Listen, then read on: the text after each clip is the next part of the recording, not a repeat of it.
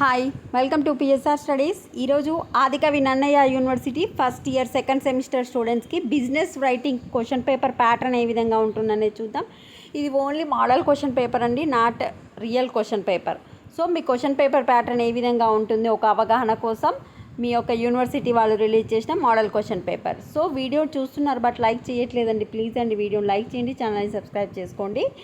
So ఇప్పుడు మనకు వచ్చేసి ఇది సిలబస్ 1, 2, 3 టోటల్గా 3 యూనిట్స్ ఉన్నాయి. అంటే 50 మార్క్స్కి వచ్చేసి ఎగ్జామ్ ఉంటుంది, 2 అవర్స్ వచ్చేసి టైం. ఇవన్నీ రిఫరెన్స్ బుక్స్ ఇవన్నీ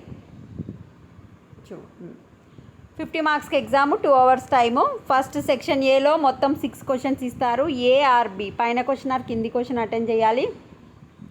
టోటల్గా వచ్చేసి 30 మార్క్స్, ఈచ్ క్వశ్చన్కి 10 మార్క్స్. ఇక్కడ ఉన్న 6 క్వశ్చన్ నేర్చుకోండి, ఒకటో రెండో రిపీట్ అయ్యాయి మీకు యూజ్ అయ్యే అవకాశం ఉంటుంది, మళ్ళీ మీరు ఛాన్స్ తీసుకోకండి.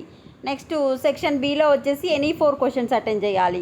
మొత్తం ఎన్ని ఇచ్చిర్రు మనకు 6 క్వశ్చన్స్ ఇస్తే 4 క్వశ్చన్స్ అటెండ్ చేయాలి. ఈ 6 పైన ఉన్న 6 12 క్వశ్చన్ ఖచ్చితంగా నేర్చుకోండి. ఇట్లాంటికి సంబంధించినవి ఇలాంటివి వస్తాయి.